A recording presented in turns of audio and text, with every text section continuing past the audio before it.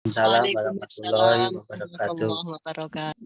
Bismillah, alhamdulillah, salatu wassalamu ala rasulillah, Sayyidina Muhammad ibn Abdillah wa ala alihi wa sahbihi wa man tabi'ah huda ila yaumil qiyamah. Yang terhormat, yang kita hormati bersama, Bapak Yan Subianto sebagai founder dari Juat Consulting dan Juat Corner, Bunda Fuzna Marsuko, Ketua Dewan Pimpinan Wilayah PTPI, Perkumpulan Profesional Trainer Profesional Indonesia, Jawa Tengah, dan Bapak Ismu Kaca, SPD MM. Selaku narasumber di kesempatan hari ini juga Bapak Ibu beserta Juat Corner dalam tema teknik menulis karya tulis ilmiah yang pada malam hari ini tentunya sangat berbahagia dan sangat bersemangat untuk bersama-sama kita mengkaji ilmunya Allah, mendapatkan satu manfaat untuk bisa menambah kompetensi kita. Alhamdulillah pada kesempatan malam hari ini kita bisa berjumpa lagi dalam edisi Cuat Corner yang kesekian kalinya. Karena Cuat Corner kita selalu laksanakan di setiap hari Selasa, setiap Selasa malam. Cuat Corner bekerja sama dengan DP PTPI Jawa Tengah dengan Ikatan Pesantren Indonesia mempersembahkan satu event untuk meningkatkan kapasitas kita di dalam pengembangan sumber daya manusia. Dan alhamdulillah pada malam hari ini kita akan bersama-sama belajar, bersama-sama sharing kaitannya dengan teknik menulis karya tulis ilmiah yang akan disampaikan oleh beliau Bapak Ismu Kaca, Sarjana Pendidikan, Magister Manajemen. Baik, acara pada malam hari ini mari kita buka bersama dengan bersama-sama melafadzkan basmalah. Bismillahirrahmanirrahim. Bismillahirrahmanirrahim. Untuk selanjutnya dimohonkan sambutan dari Ketua Dewan Pimpinan Wilayah PTPI Jawa Tengah kepada Bunda Fuzna Marzukoh. Dipersilahkan. Terima kasih Pak Zaki. Assalamualaikum warahmatullahi wabarakatuh. Waalaikumsalam warahmatullahi wabarakatuh. Alhamdulillah wa syukurillah wa ala jami'i ni'matillah. Asyhadu alla ilaha illallah wahdahu la syarikalah wa asyhadu anna Muhammadan abduhu wa rasuluh la nabiyya ba'dah. Allahumma sholli ala Muhammad wa ala alihi wa ashabihi wa mawalah. Puji syukur kehadirat Allah Maha Pemurah, Tuhan yang Maha Esa. Hari ini Allah izinkan kita untuk bermajelis bersama, sama-sama belajar dalam Cuat Corner yang kita istiqomahkan berjalan setiap Selasa malam. Salawat dan salam senantiasa teruntuk Rasul Mulia, Nabi Agung junjungan kita, Nabi Muhammad Sallallahu Alaihi Wasallam, teladan di dalam kehidupan. Bapak Ibu, sahabat trainer yang saya hormati, untuk kesekian kalinya kita bertemu lagi belajar bersama pada malam hari ini. Dan malam hari ini topiknya pas untuk para remaja, pelajar, mahasiswa, dan untuk umum tentu saja. Kita akan belajar bagaimana membuat karya tulis ilmiah. Ini sesuatu yang kalau kita tahu caranya, insya Allah keren nih buat anak-anak muda. Apalagi sekarang ini banyak sekali kegiatan lomba karya tulis ilmiah. Jadi kalau punya bekal pada malam hari ini, insya Allah akan membuat kita menjadi lebih berprestasi nantinya. Apalagi pembimbingnya adalah Bapak Ismu Kaca yang sudah mengantar bahkan sampai ratusan siswa mengikuti lomba karya ilmiah dan menang baik di tingkat nasional maupun internasional. Jadi Bapak Ibu, mari dengan rendah hati saya ajak Bapak Ibu semuanya untuk kita belajar bersama-sama dari Bapak Ismu Kaca dari PTPI Jawa Timur dan juga dari trainer Cuat Corner. Terima kasih, moga-moga bermanfaat. Dari PTPI DPW Jawa Tengah, DIY dan Jawa Timur, kami mengucapkan selamat belajar. Wassalamualaikum warahmatullahi wabarakatuh. Waalaikumsalam warahmatullahi wabarakatuh. Demikian sambutan dari Ketua PTPI Jawa Tengah, Bunda Fuzna Marzukoh. Terima kasih Bunda. Bapak Ibu, selanjutnya kita akan memasuki materi. Akan tetapi sebelum itu saya informasikan beberapa hal. Yang pertama adalah Bapak Ibu yang hendak bergabung untuk menjadi anggota Perkumpulan Trainer Profesional Indonesia bisa masuk di grup yang sudah kita share di link chat. Kemudian hari ini ada voucher, 6 buah voucher umroh senilai Rp1.000.000 tentunya untuk 6 peserta yang beruntung yang aktif di malam hari ini. Baik, juga kita menyediakan sertifikat. Silakan Bapak Ibu mengisi link untuk bisa mendapatkan sertifikat.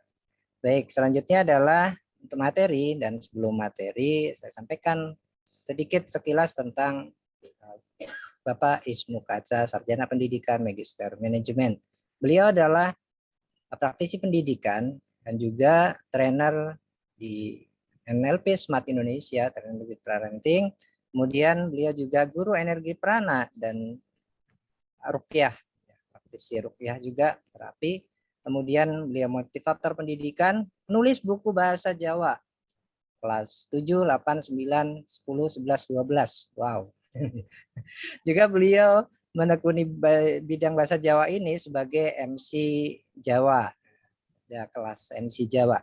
Dan sudah mengantarkan ratusan siswa baik di tingkat nasional maupun internasional untuk penulisan karya tulis ilmiah. Langsung saja kita sambut dengan tepuk tangan yang meriah pada Bapak Ismu Kaca, Sarjana Pendidikan, Magister Manajemen. Dipersilakan. Terima kasih.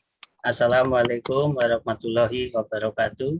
Waalaikumsalam warahmatullahi wabarakatuh. Waalaikumsalam warahmatullahi wabarakatuh. Alhamdulillahirabbil alamin. Assalatu wassalamu ala asyrofil anbiya'i wal mursalin. Sayyidina wa maulana Muhammad wa ala ali sayyidina Muhammad. Tolabul ilmi faridatun ala kulli muslimin wal muslimat. Pertama-tama kami panjatkan puji syukur kehadirat Allah Subhanahu wa taala bahwa pada malam hari ini kita dapat berjumpa dalam acara Zoom. Mudah-mudahan ilmu yang kita pelajari pada malam hari ini mendapatkan kemanfaatan dari Allah Subhanahu wa taala. Sholawat beserta salam tetap tercurah kepada junjungan kita Nabi Muhammad Rasulullah SAW. Kanthi ucapan Allahumma sholli ala sayyidina Muhammad wa ala ali sayyidina Muhammad. Bapak Ibu yang berbahagia, izinkan saya untuk menge-share materi bahwa pada malam hari ini kita akan sharing. Sebentar lagi saya cari materi dulu.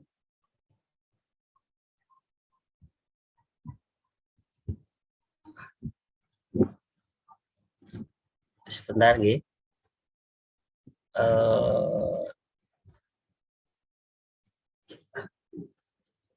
Bapak Ibu sudah kelihatan belum? Mohon maaf. Belum. Belum, sebentar. Belum kelihatan.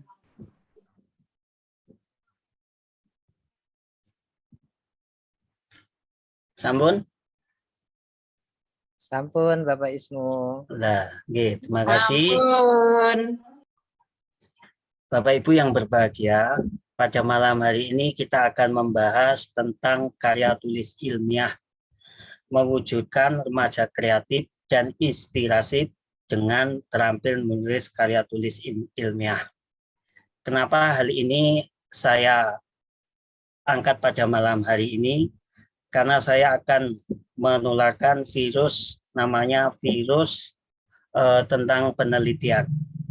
Dengan virus penelitian ini, insya Allah akan mengantarkan kepada putra-putri kita menjadi anak yang kreatif dan inovatif di masa yang akan datang, karena demi kemajuan kita bersama. Tadi saya sudah dikenalkan oleh Pak Sakirin selalu moderator bahwa nama saya Ismu Kaca, saya sering dipanggil namanya Pak Ismu. Saya mengajar di Lembaga SMP IBIM Surabaya dan saya mengajar di 7 sekolahan sebagai pelatih atau pembina karya tulis ilmiah remaja.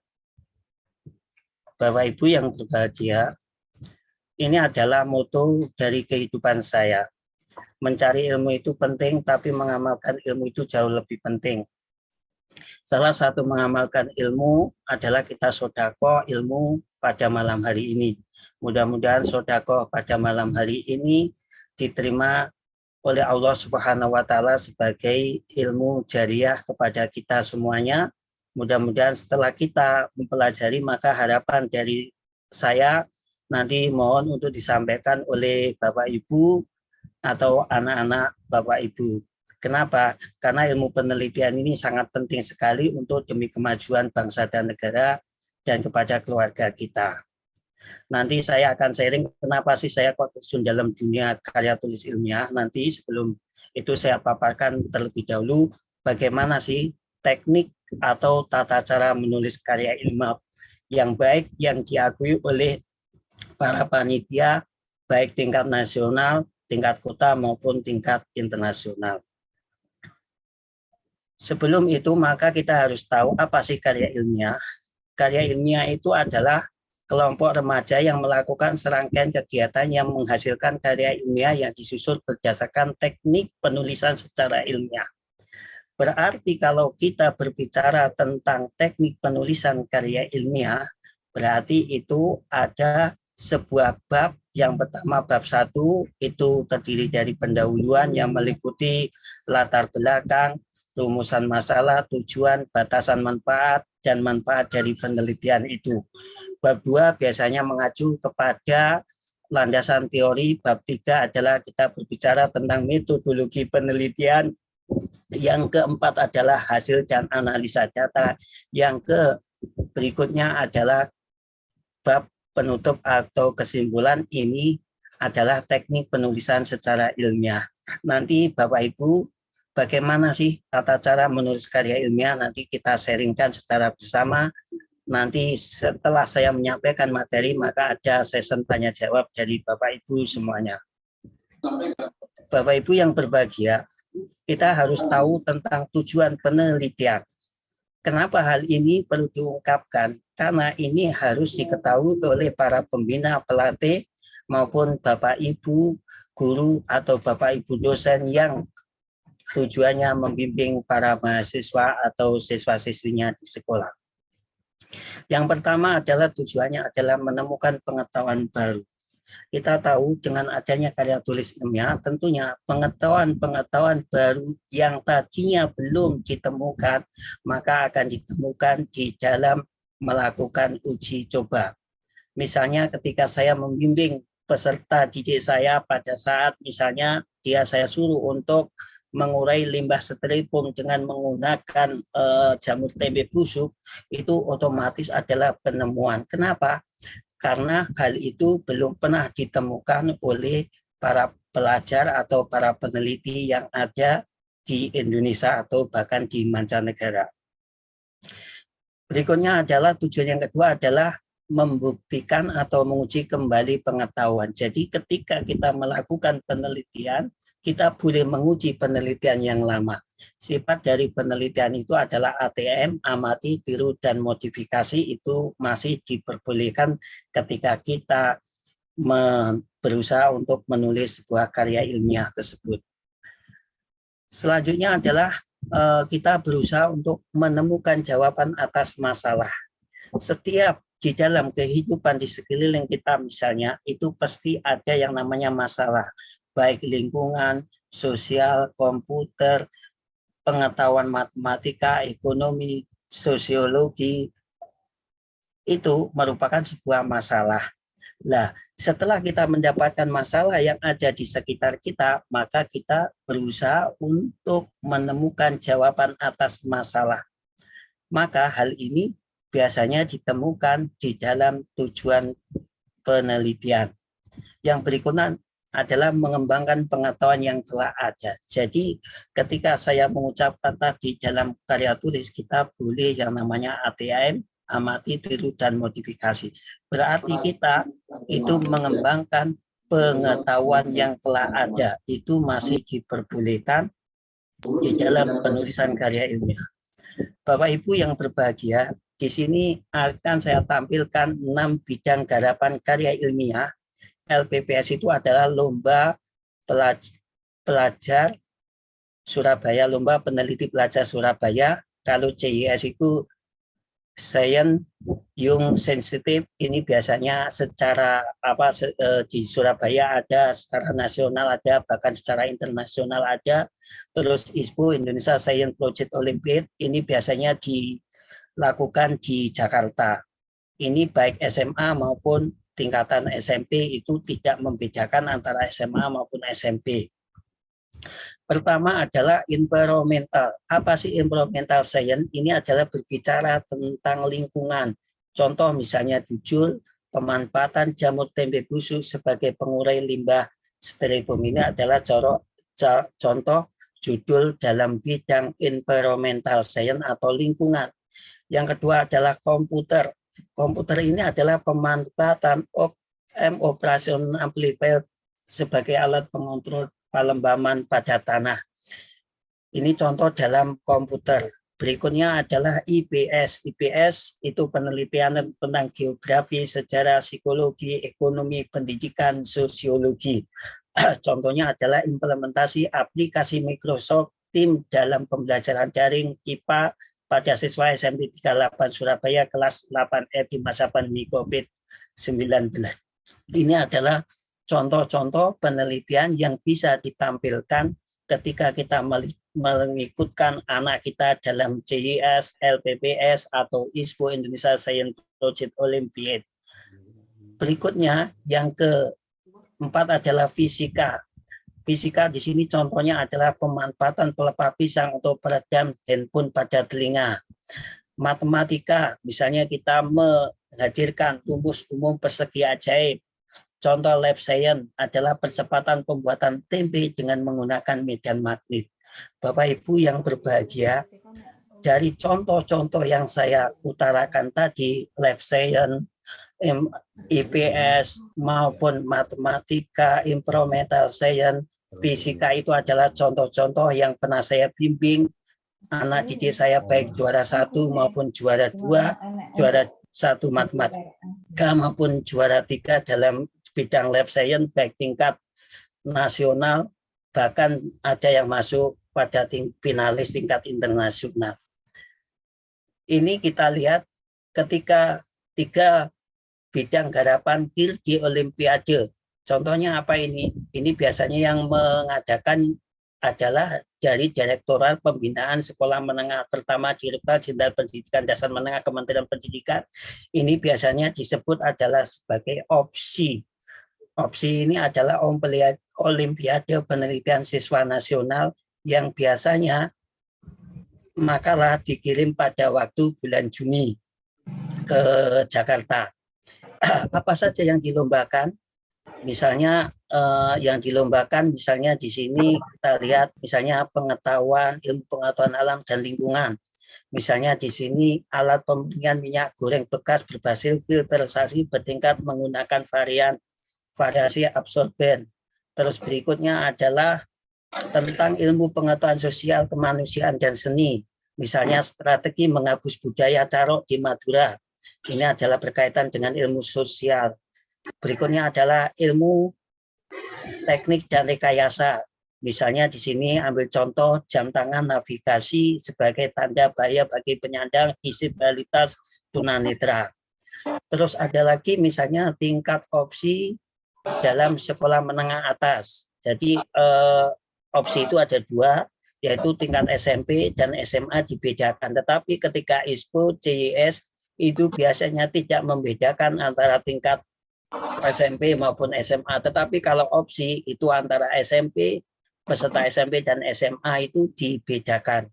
Contohnya misalnya di sini pemanfaatan, misalnya di sini kita dalam bidang matematika, sains dan teknologi, game ular tangga berbasis edukasi, pemanfaatan minyak pohon kepuk sebagai pembasmi rayap yang ramah lingkungan.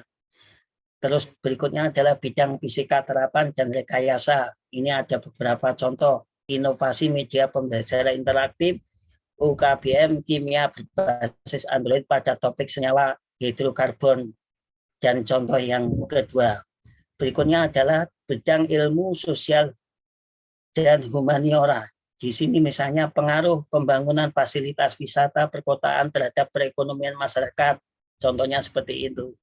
Bapak Ibu yang berbahagia, di sini bidang garapan misalnya ketika LIPI juga mengadakan lomba. Ini misalnya lomba karya ilmiah. Lomba karya ilmiah ini dalam tingkatan SMA misalnya pengetahuan hayati, Terus berikutnya adalah bidang ilmu pengetahuan kebumian dan kelautan. Berikutnya adalah bidang ilmu pengetahuan teknik. Ini adalah LIPI. Berikutnya ada lagi yang namanya itu adalah National Young Innovator Award. Ini sifatnya seperti kita membuat sebuah alat, dan alat itu bisa dimanfaatkan oleh masyarakat. Ini biasanya di Dinia. Ini biasanya yang mengadakan adalah LIPI, biasanya antara bulan Juli dan bulan Agustus selalu diadakan di LIPI. Ini contoh misalnya dalam pembuatan judul, dalam NIA, Bapak Ibu yang berbahagia, kita harus tahu ciri-ciri penelitian. Ciri-ciri penelitian itu adalah berkesinambungan. Yang kedua adalah bersifat ilmiah. Secara ilmiah berarti bisa dipertanggungjawabkan. Berikutnya adalah memberikan kontribusi. Maksudnya apa? Bisa memberikan kontribusi terhadap masyarakat sekitarnya. Ambil sebuah contoh misalnya percepatan pembuatan tempe kedelai menggunakan medan magnet. Berarti intinya apa? Memberikan kontribusi kepada para pengusaha tempe untuk meningkatkan kandungan yang ada di dalam tempe kedelai tersebut. Ketika mengurai sampah dengan menggunakan limbah styrofoam, dengan menggunakan misalnya menggunakan dari jamur tempe busuk, secara otomatis bisa memberikan kontribusi kepada masyarakat untuk mengurai limbah styrofoam dengan menggunakan limbah tempe busuk tersebut. Bapak Ibu yang berbahagia, sekarang kita menginjak pada tata cara penulisan ilmiah. Ini adalah yang penting. Yang pertama adalah penulisan ilmiah dalam bentuk proposal. Yang kedua adalah extended abstract. Yang ketiga adalah makalah secara keseluruhan yang terdiri dari bab 1, bab 2, bab 3, bab 4, dan bab 5. Nanti akan saya jabarkan bagaimana tata cara penulisan makalah yang baik. Berikutnya adalah tentang poster. Poster ini harus dikuasai oleh para pembina atau pelatih karya ilmiah remaja. Berikutnya adalah PPT, PowerPoint dalam bentuk karya tulis. Sebenarnya kalau kita lihat dari materi-materi karya ilmiah, sebenarnya paling tidak itu ada 2 waktu khusus membahas tentang karya ilmiah. Nanti mungkin kalau diizinkan oleh Pak Yan, nanti saya akan memaparkan bagaimana cara pembuatan PPT karya ilmiah yang sering diakui oleh juri, terus bagaimana cara pembuatan poster yang baik. Nanti kita akan membahas bagaimana sih tata cara menulis extended dan makalah yang baik sesuai harapan dari juri baik tingkat kota, nasional maupun internasional. Ini adalah contoh komponen yang harus ditulis pada extended abstract. Misalnya ada pendahuluan, ada pernyataan rumusan masalah, terus ada tujuan, ada landasan teori, ada metode atau cara kerja, terus ada hasil dan analisa pembahasan, kesimpulan daftar pustaka. Berikut ini Bapak Ibu contoh dalam penulisan extended abstract. Di sini misalnya diletakkan judul pemanfaatan jamur tempe busuk sebagai pengurai limbah styrofoam. Ini adalah kemarin tahun 2021 murid saya yang meneliti dari SMP 9, alhamdulillah juara 1, dan bahkan dia mewakili tingkat nasional. Di sini yang perlu dicantumkan adalah latar belakang, rumusan masalah, terus di sini ada tujuan, batasan masalah, manfaat tidak bisa dicantumkan dalam penulisan extended abstract. Terus di sini ada data studi pustaka. Terus di sini juga ada yang namanya metodologi penelitian. Terus juga ada lagi yang namanya hasil dan pembahasan. Ada juga ini dalam kesimpulan dan daftar pustaka. Saran tidak dimasukkan dalam penulisan extended abstract. Ini adalah makalah. Makalah ini hampir semuanya, tetapi batasnya sifatnya hanya gambaran rencana yang mau ditulis. Tapi biasanya para panitia tidak pernah meminta yang namanya kalau makalah ini pendahuluan terdiri dari latar belakang, rumusan masalah, tujuan, manfaat, batasan penelitian. Tapi biasanya panitia itu mengacu hanya yang bab 1 biasanya dalam latar belakang rumusan masalah dan tujuan untuk manfaat batasan penelitian ini tidak pernah diminta oleh panitia baik tingkat kota maupun tingkat nasional. Dan juga ada yang namanya landasan teori. Di sisi lain terdapat juga yang namanya metodologi penelitian yang meliputi alat, bahan, cara kerja, desain, eksperimen. Berikutnya adalah hasil dan pembahasan berupa analisa data. Bab 4 adalah bab 5 penutup, kesimpulan dan saran serta daftar pustaka. Berikutnya ini adalah contoh penulisan poster ilmiah. Ini contoh poster ilmiah Bapak Ibu. Di sini kita lihat ini contoh poster kreasi. Jadi kalau kita lihat dari 2 contoh poster ini, kalau poster kreasi seperti ini kalau ditampilkan dalam lomba karya ilmiah, maka juri tidak akan menilai. Yang dinilai seperti contoh yang di sebelah ini Bapak Ibu. Nah ini, yang poster ilmiah di sini mencantumkan negara, juga kota, di sini juga diliputi adanya gambar juga, terus di sini ada landasan teori.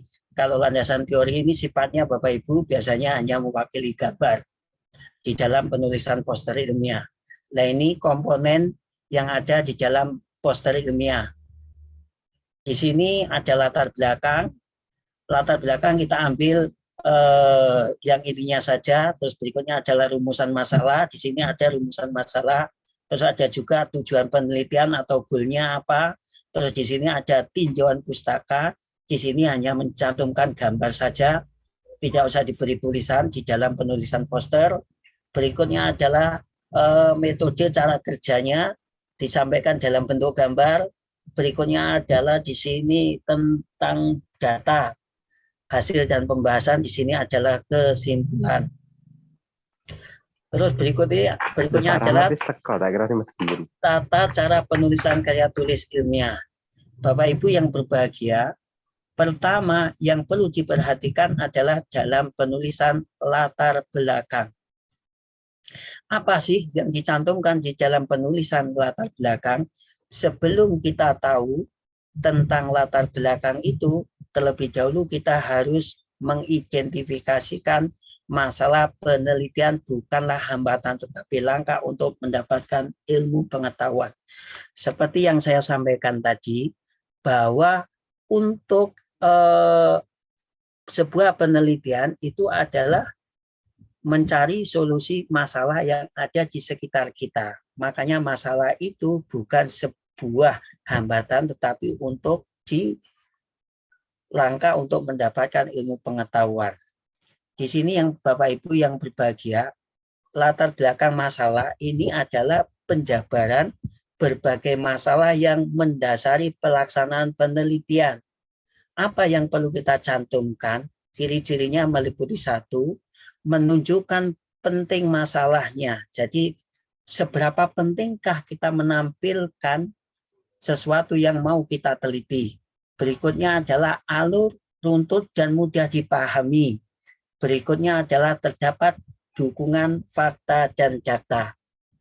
Untuk lebih jelasnya, Bapak Ibu yang berbahagia, ini saya beri contoh tentang pemanfaatan jamur tempe busuk sebagai pengurai limbah styrofoam. Di sini tadi saya sampaikan contoh latar belakangnya. Ini contoh latar belakang Bapak Ibu.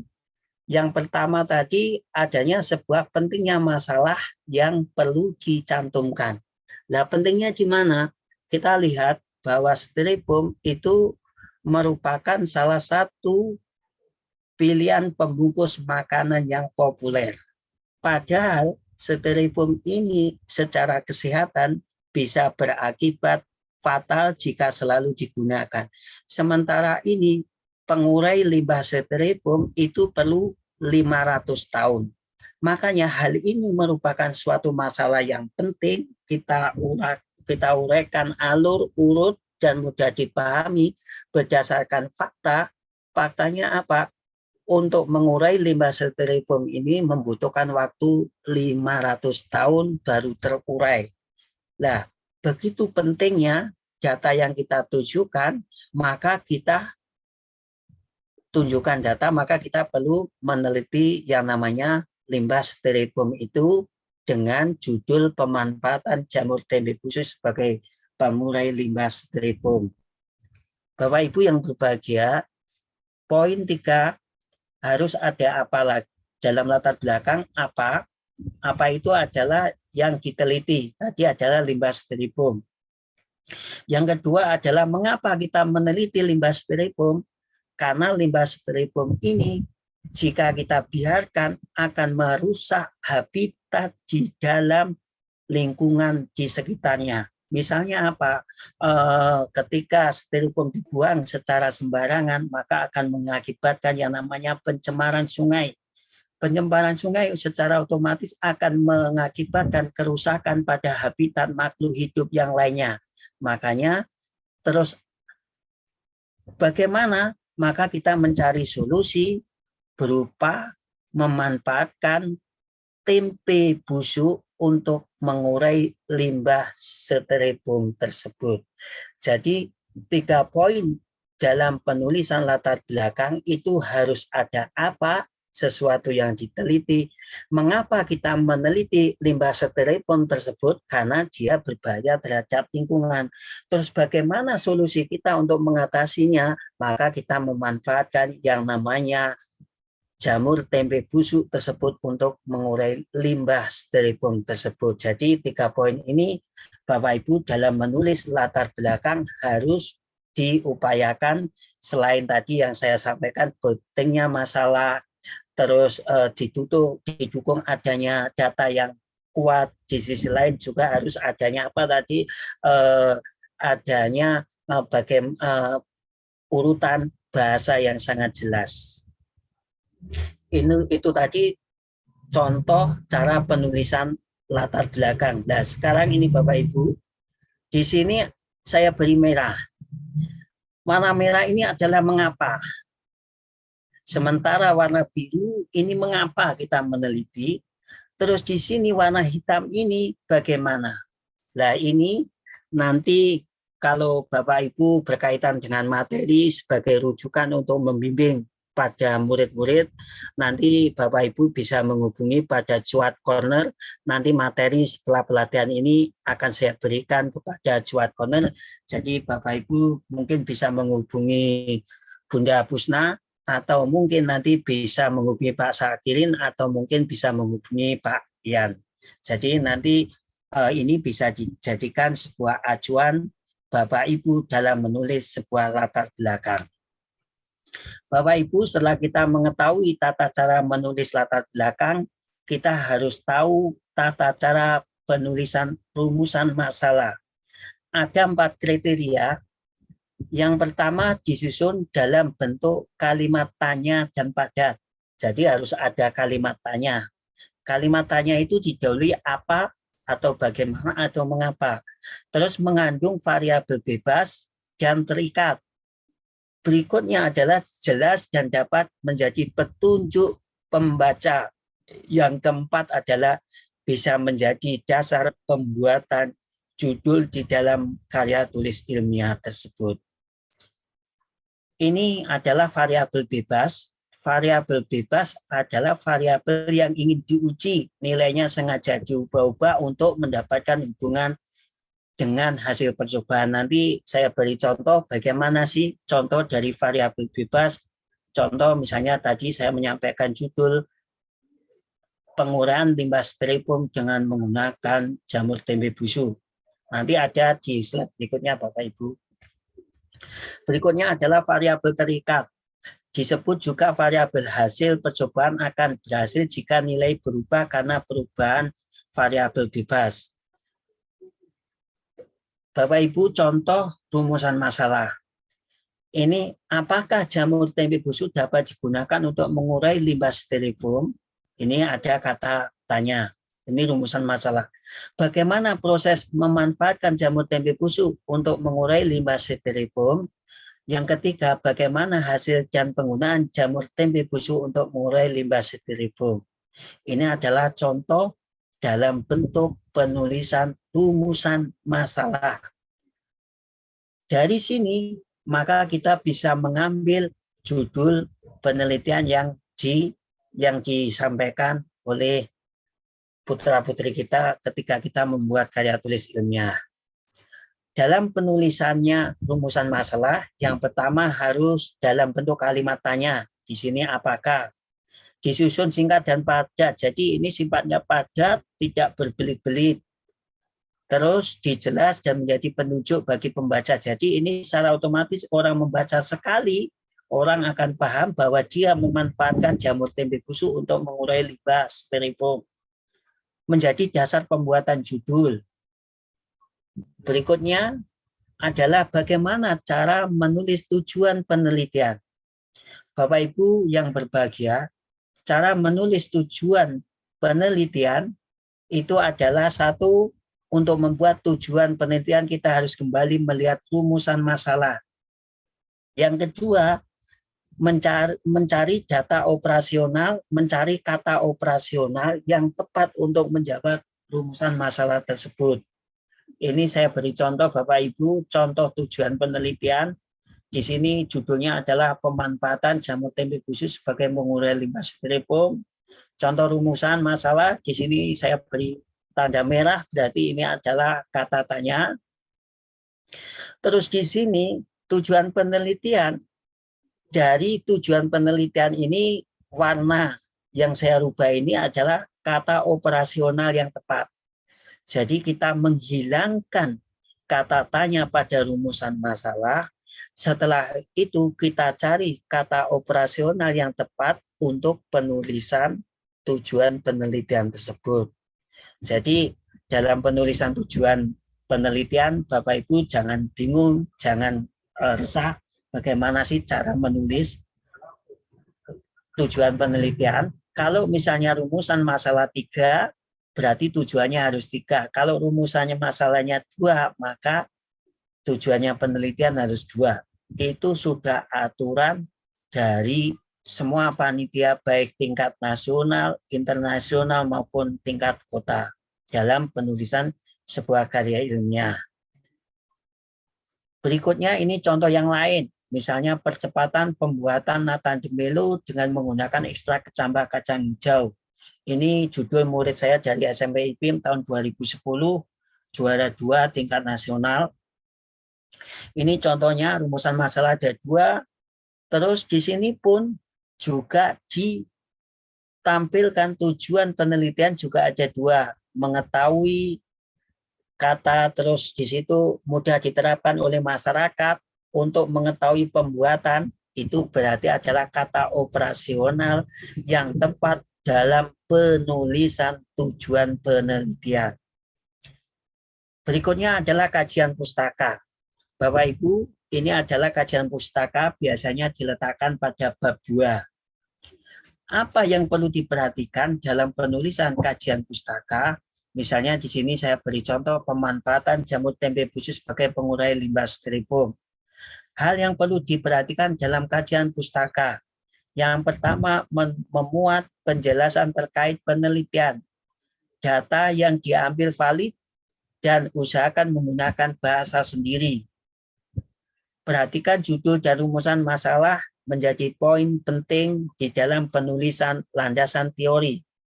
Mengutip secara langsung atau tidak harus mencantumkan sumbernya. Ini contoh Bapak Ibu, cara penulisan landasan teori. Di sini memang sengaja saya beri kata pemanfaatan ini adalah kata merah, sebagai pengurai ini adalah kata merah. Sementara jamur tempe busuk itu saya beri warna hitam, limbah styrofoam saya beri warna biru. Tujuannya apa? Ini adalah mempermudah untuk menentukan variabel ketika kita menulis landasan teori. Jadi di sini yang pertama, penentuan variabel dari judul penelitian yang digunakan untuk rujukan landasan teori. Jadi kata pemanfaatan sebagai pengurai ini adalah sifatnya umum. Semua bahan, semua objek penelitian bisa menggunakan pemanfaatan sebagai pengurai, itu semuanya bisa.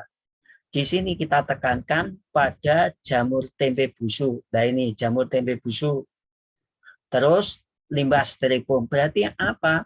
Setelah kita menentukan variabel tersebut, kita menghilangkan kata penghubung, kita mengacu pada variabel penelitian jamur tempe busuk dan limbah styrofoam, maka dua ini menjadi landasan teori yang kita tulis.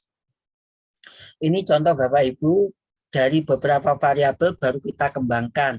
Misalnya tempe busuk, nama jamur tempe busuk, terus ditambahkan yang lain boleh Bapak Ibu. Terus misalnya variabel yang kedua, misalnya limbah styrofoam, misalnya di sini pengertian styrofoam, bahan pembuatan styrofoam, pengertian limbah styrofoam, dampak dan bahaya limbah styrofoam. Ini adalah contoh dalam penulisan landasan teori. Setelah kita menentukan variabel dari judul tersebut untuk kita acu dalam penulis landasan teori, baru kita mencari atau mengembangkan variabel-variabel tersebut di dalam penulisan landasan teori atau kajian pustaka. Ini contoh Bapak Ibu, sekilas saja saya tampilkan. Ini contoh dalam penulisan landasan teori. Berikutnya adalah metodologi penelitian. Ini biasanya diletakkan pada bab 3. Dalam membuat sebuah metodologi penelitian, yang pertama merupakan suatu teknik atau cara mencari atau mengumpulkan data. Misalnya metode kualitatif atau kuantitatif. Kalau kualitatif berarti adalah pemaparan, kalau kuantitatif itu adalah secara data, secara angka. Ini contoh Bapak Ibu, pemanfaatan jamur tempe busuk sebagai pengurai limbah styrofoam. Ini saya beri contoh bagaimana cara menentukan kita dalam menentukan metodologi penelitian. Dalam menyusun metodologi penelitian, yang pertama adalah kita harus mengidentifikasi masalah. Yang kedua adalah penentuan judul penelitian. Yang ketiga adalah penyusunan hipotesis. Hipotesis ini adalah dugaan sementara. Diduga bahwa limbah styrofoam dapat diurai dengan menggunakan jamur tempe busuk. Ini adalah contoh penyusunan hipotesis sementara. Terus dalam kriteria metode penelitian, dia harus mencantumkan kritis dan analitis, logis, objektif, empiris, serta masuk akal. Kenapa? Ini adalah bukti-bukti secara ilmiah dalam menentukan cara kita menulis metodologi penelitian. Pemilihan metodologi penelitian sebagai harus profesional. Ini contoh Bapak Ibu, ini adalah saya ambil dari tempe busuk. Nah, ketika kita mengambil sebuah putusan, maka kita harus senyawa apa yang saya dapatkan. Misalnya senyawa dari tempe busuk ini, jamur tempe busuk ini untuk mengurai limbah styrofoam. Ini contoh. Apa karakter dari senyawa tersebut? Berarti senyawanya kita harus mencari rujukan nama dari jamur tempe busuk itu sebagai pengurai limbah styrofoam. Pengelolaan apa yang akan kita lakukan? Berarti ini adalah kiat bagaimana cara kita melakukan uraian uji coba untuk kita terapkan untuk mengurai limbah styrofoam tersebut. Terus berikutnya adalah kelengkapan data yang diperlukan. Kelengkapan data yang diperlukan ini biasanya juga kita bisa uji di Balai Penelitian dan Konsultasi Industri atau Balai Standarisasi. Kalau misalnya di tempat Bapak Ibu itu bisa berhubungan kepada lembaga-lembaga terkait, misalnya di universitas, misalnya kalau di Surabaya bisa di ITS atau di UNER atau di Balai Standarisasi yang ada di Jalan Jagir. Kalau misalnya di Solo, jenengan bisa berhubungan dengan fakultas-fakultas biologi atau MIPA yang ada di Solo, kampus-kampus di Solo itu insya Allah di tempat tersebut juga menyediakan untuk uji coba senyawa yang kita inginkan dalam penelitian tersebut. Ini contoh Bapak Ibu proses pembuatan ekstrak. Ini saya beri contoh tempe busuk di blender. Setelah itu dia dalam bentuk ekstrak. Ini dalam bentuk pembuatan ekstrak dulu. Terus yang kedua misalnya ini ada limbah styrofoam. Terus styrofoam dipotong kecil-kecil. Setelah dipotong maka ekstrak tempe busuk dimasukkan ke dalam blender untuk di jus atau di blender bersama limbah styrofoam tersebut.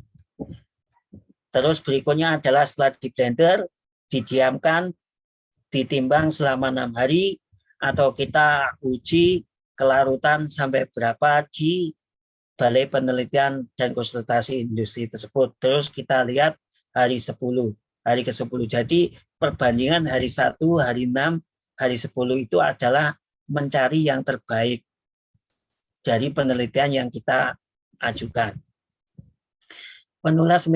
Penulisan metodologi ini adalah perbedaan karakter lomba akan mempengaruhi Bapak Ibu. Kalau secara lengkap di dalam penulisan metodologi penelitian itu harus ada waktu dan tempat, alat dan bahan, variabel penelitian bebas dan terikat, terus parameter apa yang diukur, terus metode kerjanya, alurnya seperti yang saya sampaikan di atas tadi. Kita tempe busuk kita hancurkan dulu dalam pembuatan ekstrak. Setelah itu baru kita campurkan, kita amati dalam hari 10, hari ke-6, hari pertama. Terus kalau extended abstract dalam metodologi yang lainnya hanya mencantumkan rangkuman dan diagram kerja juga. Tapi biasanya Bapak Ibu secara umum biasanya selalu panitia menginginkan makalah yang lengkap. Parameter penelitian ini adalah yang sering diteliti oleh para dewan juri.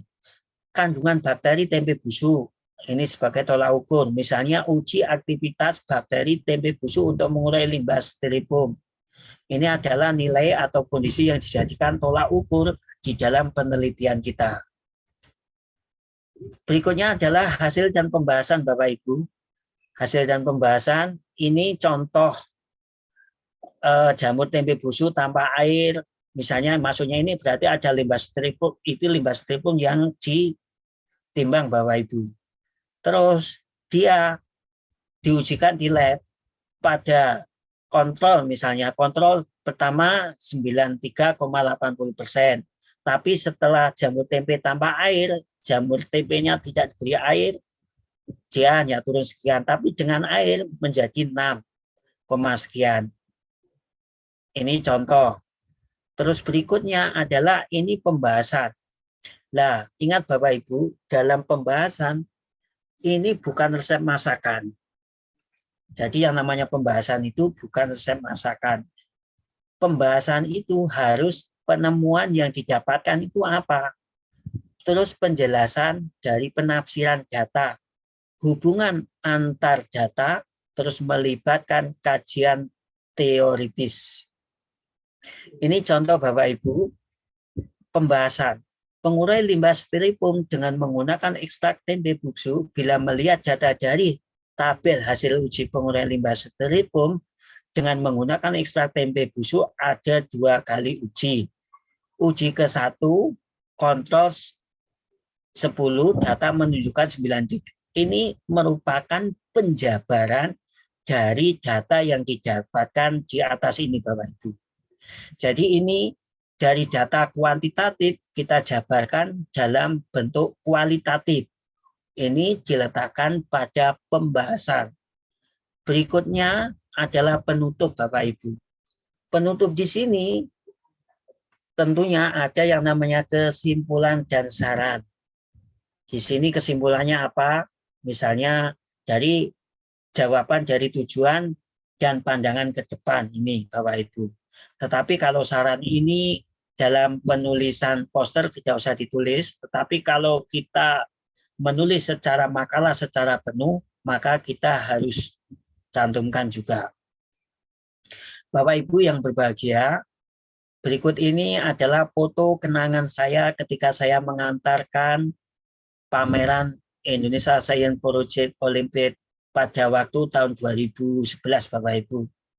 Ini saya, terus ini murid saya dari SMP IPIM, terus yang tengah ini adalah tahun 2018 kalau tidak salah, dari murid saya SMP 18, dia membuat yang namanya batako dari popok bayi bekas.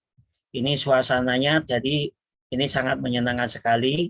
Terus ini adalah lomba CYS di kota maupun di tingkat nasional. Murid diajarkan bagaimana mempertahankan karya ilmiah tersebut.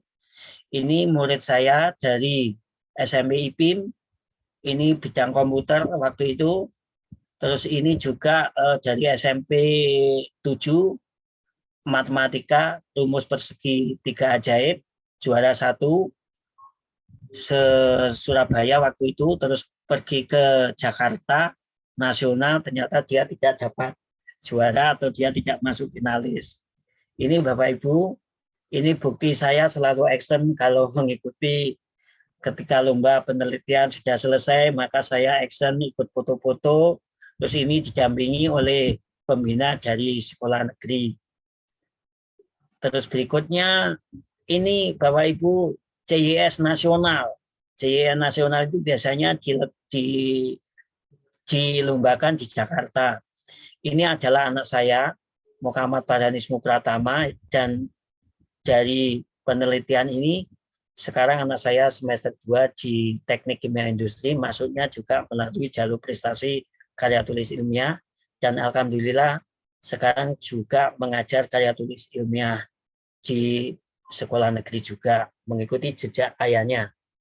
Jadi kalau bisa Bapak Ibu nanti setelah sharing dari ini, saya harapkan bisa membimbing anak-anak Bapak Ibu sehingga menjadi seorang peneliti yang hebat, menjadi peneliti yang handal, sehingga dia pada waktu kuliah otomatis bisa mendapatkan pendapatan sendiri dari mengajar karya tulis ilmiah.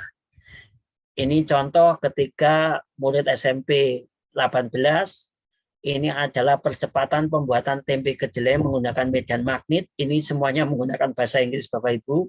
CYS yang tingkat nasional, ini juga bahasa Inggris, ini juga bahasa Inggris. Kalau yang kota itu biasanya menggunakan bahasa Indonesia. Ini Bapak Ibu, kenangan para juara. Ini pada waktu anak saya kelas 7, saya paksa menjadi peneliti. Alhamdulillah pertama juara 1 sekota Surabaya dulu. Terus ini murid saya dari SMP IPIM. Terus ini anak saya pada waktu kelas 3, ini dia dapat special award dari SMP 18 juga. Terus ini ketika saya mengantar murid saya dari SMP IPIM menjadi juara 1. Terus ini Bapak Ibu, ketika saya mengantar murid SMP 44 juara 2 se-Indonesia Raya, saya oleh sekolahan dikalungi bunga karena mengharumkan nama sekolahan. Ini kenangan yang terindah di dalam kehidupan saya. Ini lombanya di Jakarta. Nah ini murid saya dari SMP 18, ini juara 3. Saya selalu ikut action foto, tapi banyak foto yang tidak saya tampilkan di sini. Ini hanya sebagian. Ini biasanya saya pamerkan kepada anak-anak saya, anak didik saya untuk dia mau melakukan penelitian. Terus di sini adalah para juara diburu wartawan. Mesti Bapak Ibu yang namanya para juara atau masuk finalis itu pasti dia akan diburu oleh para wartawan. Ini contoh masuk Jawa Pos. Ini contoh Nathan Melo dari Kecambang, murid saya dari SMP IPIM tahun 2010. Ini juga pernah masuk di Jawa Pos juga, pernah diliput di televisi juga waktu itu. Terus ini dari SMP IPIM, Jatimno meliput pengawet pentol bakso berbahan kluwek, ini penemu pelajar SMP. Terus ini adalah contoh kulit pelajar SMP, ini ciptakan obat keputihan berbahan kulit manggis. Ini dari SMP 18 juara 1 ketika mengikuti lomba yang diadakan oleh UKS. Terus ini dari SMP 18 juga Terus kenangan yang lain, saya ketemu Bang Haji Roma Irama dan Ridho ketika mengantarkan anak saya ikut foto di situ karena panitianya adalah salah satunya beliau waktu itu. Saya ikut foto, terus di sini dijamu makan malam di DPRD di Dewan Perwakilan Rakyat. Saya juga pernah ketemu Bapak Menteri pada waktu itu Bambang Sudibyo. Saya juga ikut foto ketika saya mengantarkan murid saya. Terus ini adalah kenangan ketika saya naik pesawat mengantar murid saya dengan gratis ketika saya mengantarkan ke Jakarta. Ini contoh ketika ketemu artis, murid saya tahu, saya juga ikut action di situ, ikut mengantar. Terus ini prestasi saya Bapak Ibu, ini hanya sebagian, perlu saya cantumkan semuanya. Ini mulai tahun 2010, judul-judulnya seperti ini Bapak Ibu. Nanti kalau Bapak Ibu berkaitan dengan materi, maka berhubungan dengan Cuat Corner. Nanti saya persilakan. Ini contoh baik finalis maupun juara. Terus ini saya lupa yang pernah masuk internasional, tidak saya cantumkan di sini karena saya kehilangan jejak dari file saya. Terus ada juga juaranya. Ini semua binaan dari saya Bapak Ibu. Mulai tahun 2010, 11, 2014, 2015. Terus juga RRI telah mengadakan lomba ini. Terus juara PAN 1 tahun 2016. Ini sebenarnya masih banyak Bapak Ibu. Maaf, saya tidak bisa mencantumkan semua. Ini hanya sebagian saja. Ini juga kemarin dari SMP tahun 2001, SMP 9 juara 1 bidang lingkungan, terus SMP 29 juara 2 bidang lingkungan. Ini link-link lomba Bapak Ibu yang bisa untuk diajukan ketika Bapak Ibu mengantarkan putra-putrinya untuk mengikuti lomba. Di sini sudah saya beri link, ini sekitar bulan apa, ini nanti bisa diikutkan. Terima kasih. Sharing pada malam hari ini. Dari sini ada yang ditanyakan. Mohon maaf kalau terlalu cepat. Memang gaya bahasa saya seperti itu, Pak Sakirin, Pak Yan maupun Bu Pusna. Terima kasih. Saya kembalikan kepada Pak Sakirin. Alhamdulillah, terima kasih Pak Ispo Kaca. Luar biasa materi di malam hari ini. Bapak memang praktisi yang sudah expert di bidang penulisan karya ilmiah, terutama untuk remaja pelajar. Baik Bapak Ibu, sebelum kita masuk ke sesi tanya jawab dan di chat sudah ada beberapa yang bertanya, kita foto bersama dulu ya. Dimohonkan Bapak Ibu yang bisa untuk membuka kamera, kita mohonkan untuk buka kamera, kita mau foto bersama dulu. Oke, terima kasih Bapak Suhyar Iskandar, Pak Bambang. Oke. Bapak Ibu yang bisa buka kamera, Pak Nartoy, Bu Teresia Lingga. Baik.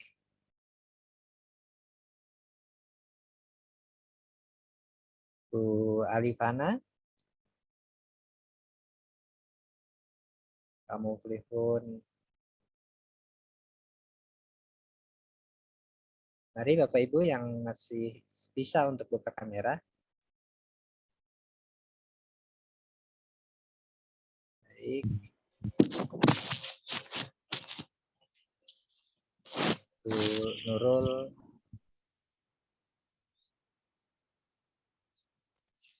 Bisa hitung 1, 2, 3.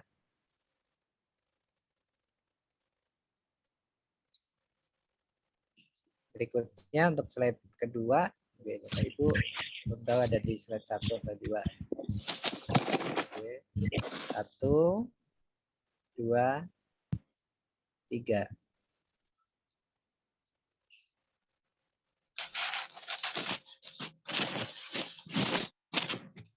Baik Bapak Ibu, sebelum kita masuk ke sesi tanya jawab, saya informasikan untuk Bapak Ibu yang hendak bergabung di PTPI, Perkumpulan Trainer Profesional Indonesia, bisa bergabung di grup WA yang sudah di-share di link. Kemudian untuk sertifikat dan materi juga Bapak Ibu bisa mengisi link yang sudah kita sediakan.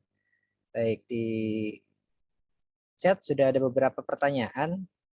Ini kemudian sudah ada juga Ibu Teresia yang raise hand. Ya, kita persilakan yang mana dulu ini Pak Ismu, yang di chat Monggo. dulu atau yang Siap, panjenengan yang langsung dulu bacakan. ya Ibu Nggih. Teresia, silakan untuk bisa buka mic-nya dan menyampaikan pertanyaan atau tanggapan. Silakan Bunda. Selamat malam, Pak Selamat Moderator. malam. Selamat Saya malam. belum cek tadi namanya dan Pak Ismukti.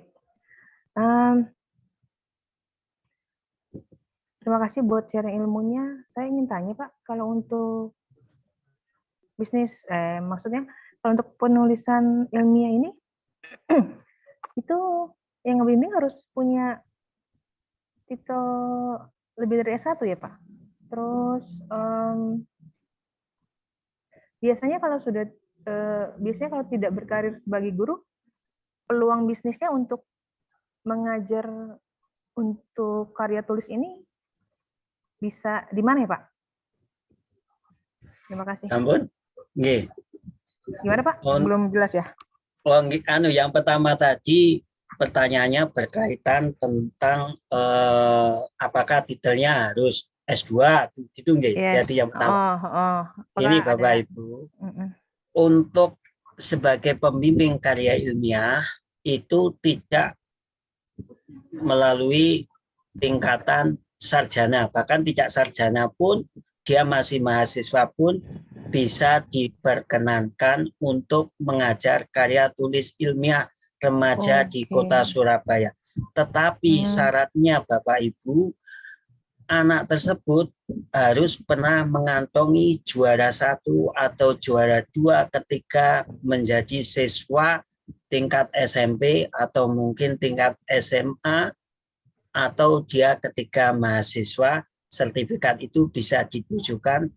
Berarti kalau sudah punya sertifikat, berarti sekolahan menganggap bahwa anak tersebut bisa mengajar. Contohnya seperti yang saya sampaikan tadi, anak saya Muhammad Farhan Ismu Pratama baru semester 2 di ITS, dan anak saya di kelas 1, kelas 3, SMK itu sering menjuarai juara 1.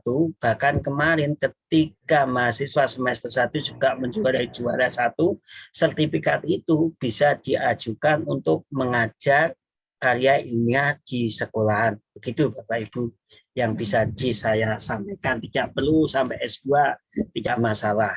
Yang penting sekolahan yakin sudah bisa. Begitu yang bisa saya sampaikan Bapak Ibu berdasarkan pengalaman yang saya dapatkan di Surabaya. Terima kasih. Terus yang kedua tadi, yang kedua apa Bu, Bapak Ibu? Kalau tidak berprofesi sebagai guru lagi ataupun tidak mahasiswa, di mana bisa menjual diri kita, Pak? Maksudnya kalau sudah tidak berprofesi sebagai guru lagi atau bukan juga mahasiswa tingkat S2, lalu bagaimana membranding diri kita supaya bisa diterima oleh market? Supaya diterima oleh market.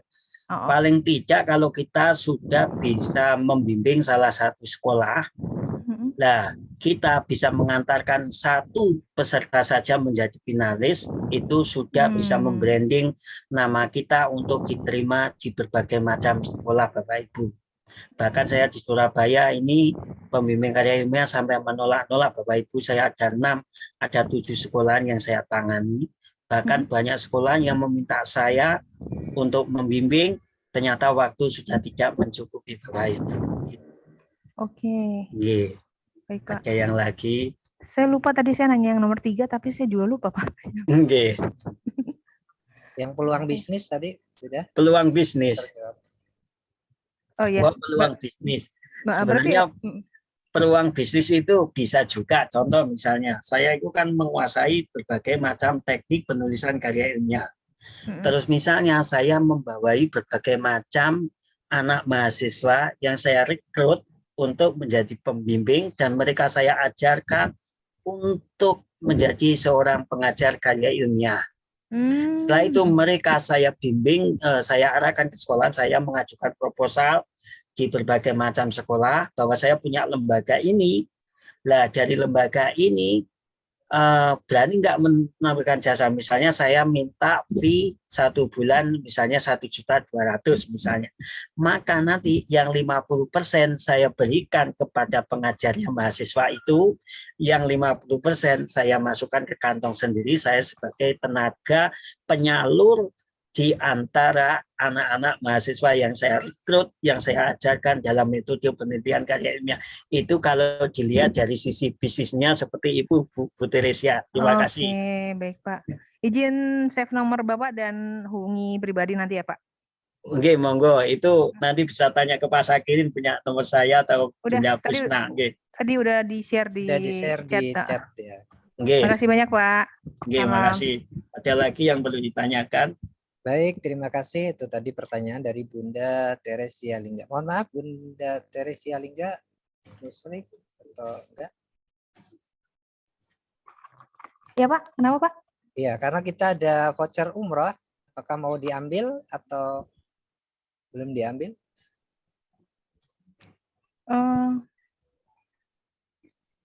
Iya boleh. Boleh ya. Iya. Baik, Kasih. nanti akan mohon mengirimkan nomornya, akan kami hubungi untuk mendapatkan voucher umroh senilai Rp1.000.000. Terima kasih Pak. Ya, terima kasih Bunda Teresia. Baik, selanjutnya adalah kita masih ada 5 nih Pak Ismu. Monggo. Masih ada Dengan 5 hati. voucher umroh senilai Rp1.000.000. Baik, saya bacakan pertanyaan yang ada di chat. Yang pertama adalah dari Bapak Nino. Selamat malam Pak Ismu, mantap luar biasa. Izin bertanya, di kalangan kami pelajar dan mahasiswa, masalah dalam menulis karya ilmiah adalah bagaimana menemukan masalah yang qualified untuk dijadikan sebuah penelitian. Yang kedua adalah bagaimana suatu karya ilmiah itu dikatakan tuntas dan berkualitas. Mohon sharing pengalaman Bapak. Dan yang ketiga, bagaimana cara yang paling mudah dan praktis untuk menemukan keterbaruan dari karya ilmiah. Itu 3 pertanyaan dari Bapak Nino. Pak Ismu, silakan, monggo bisa langsung dijawab. Sebentar, ini saya share tentang materi bagaimana sih kita menggali ide. Ini sudah saya siapkan Pak Sakirin, pasti ini ada pertanyaan seperti ini, saya sudah insya Allah sudah tahu ke arahnya. Ini sebagai bahan rujukan juga materi yang lain. Sebentar saya share lagi nggih. Sebentar. Saya cari materinya dulu. Ide. Sebentar.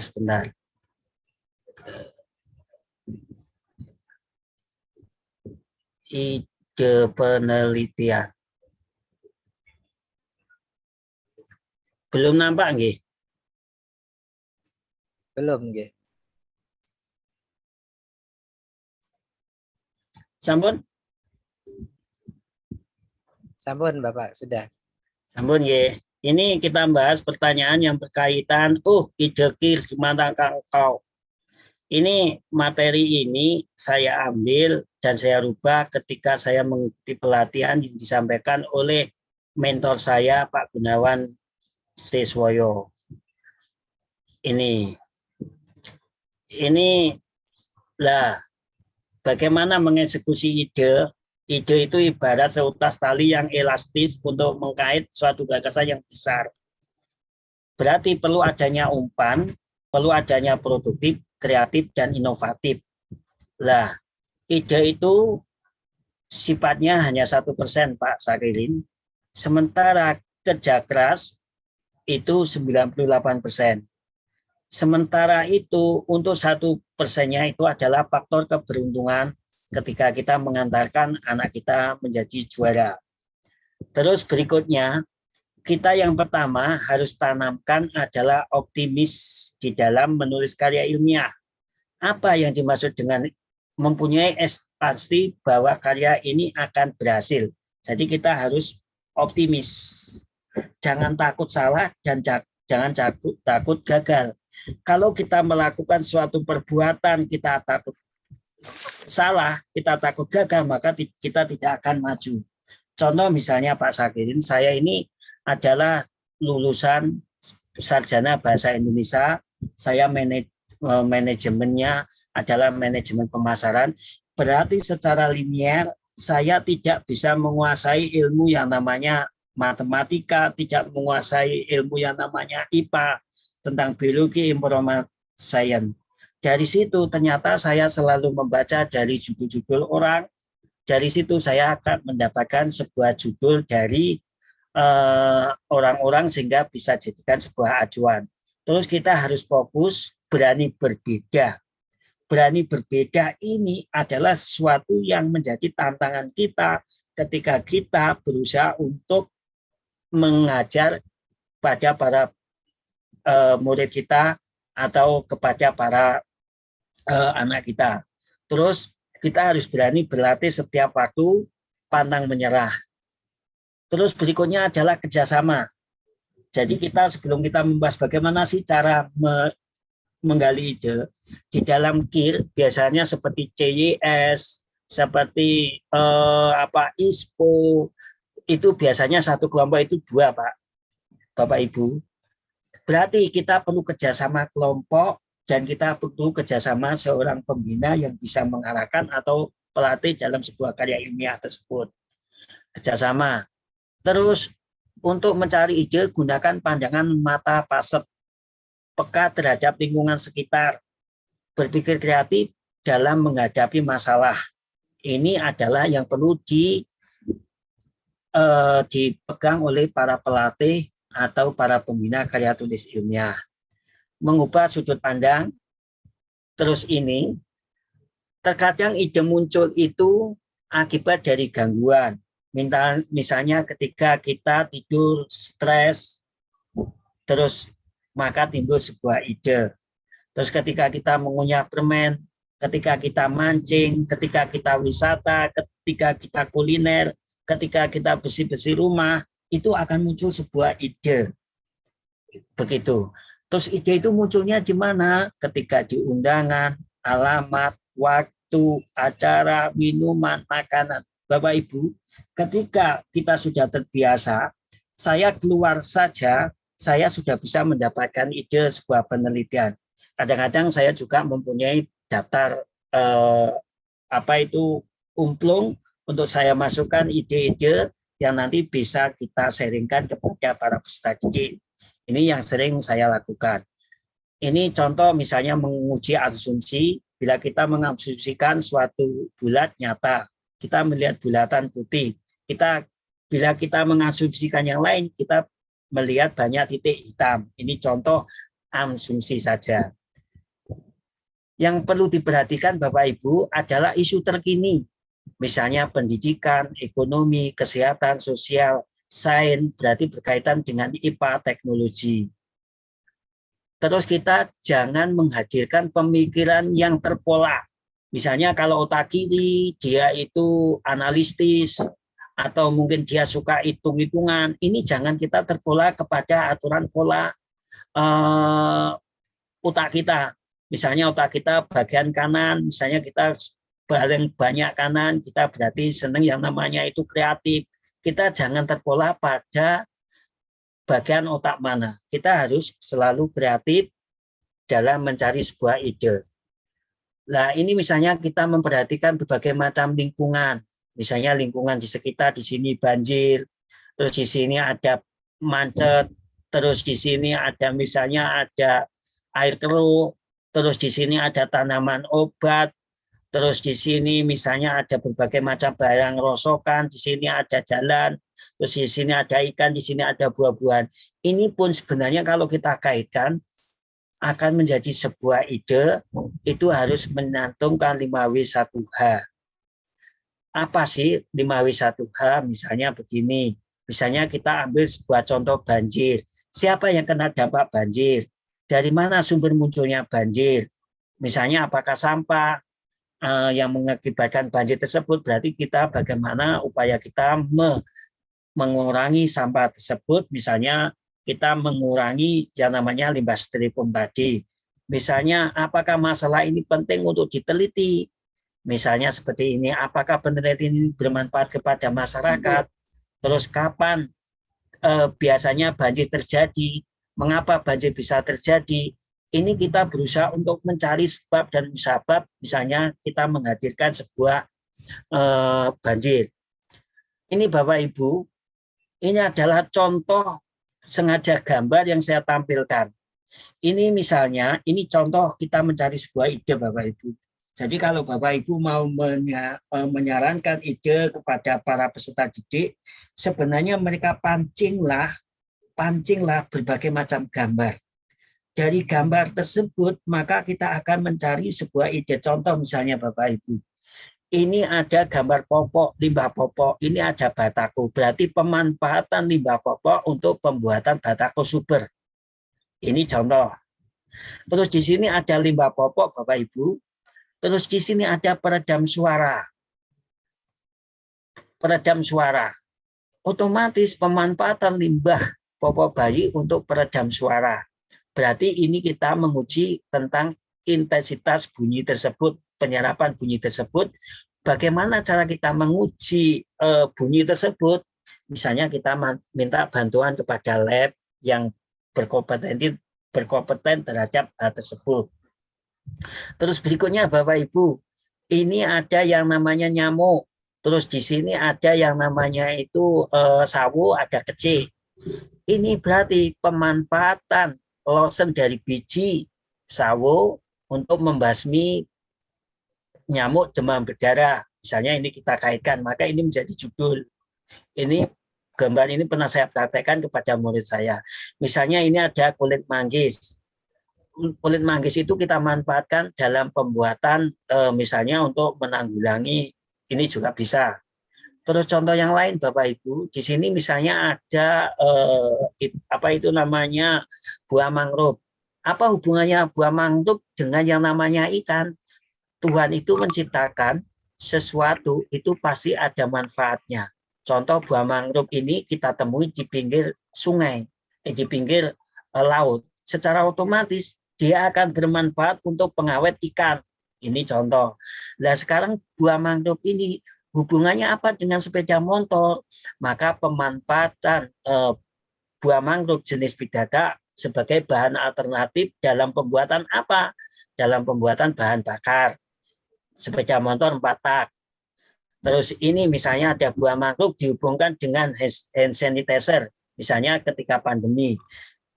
Buah mangrove ini kita buat dalam bentuk hand sanitizer untuk mencegah yang namanya bakteri. Terus berikutnya, di sini Bapak Ibu ada yang namanya jantung pisang. Ini ada tempe. Apa dihubungkan adanya jantung pisang dengan tempe? Misalnya pemanfaatan jantung pisang dan tempe kedelai untuk pembuatan yang namanya sosis nabati atau ini contoh. Terus misalnya di sini ada apa tadi, ada yang namanya ini tempe, terus di sini ada yang namanya medan magnet, berarti percepatan pembuatan tempe dengan menggunakan medan magnet. Ini adalah contoh-contoh ketika kita memancing peserta didik kita untuk membuat sebuah karya tulis yang biasanya dari gambar tersebut dia akan terpicu untuk membuat sebuah karya tulis ilmiah. Ini berhentilah saat lelah, tapi jangan menyerah. Ini adalah selalu saya tanamkan pada terima kasih. Ini yang bisa saya sharingkan untuk mencari sebuah ide di dalam penelitian. Biasanya selain itu Bapak Ibu, saya menyuruh kepada para peserta didik untuk menulis kata-kata itu sebanyak mungkin. Setelah itu dihubungkan dari satu ke satu, maka akan menjadi sebuah penelitian. Begitu Bapak Ibu yang bisa saya sharekan dalam mencari ide penelitian yang sering saya berikan kepada murid saya, sehingga murid saya mendapatkan juara 1, juara 2, juara 3, atau bahkan dia mendapat special award begitu. Terima kasih. Oke, Monggo. semangat pokoknya, Pak ya. Semangat. Jadi dari lingkungan, dari manapun bisa akan keluar ide. Baik, Nggih. Pak Ismu, di ruang chat masih ada pertanyaan, tapi sebelum itu kita persilakan Bapak Ibu yang mau bertanya secara langsung. Silakan bisa langsung buka mic atau raise hand dulu, boleh?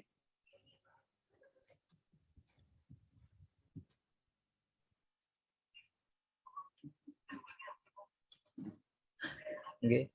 Oh, Nggih. belum ada. Baik, saya bacakan untuk pertanyaan berikutnya. Oh iya, selamat Bapak Nino mendapatkan 1 voucher umroh senilai 1 juta rupiah dari Cuat Tour. Oke. Baik. Oke.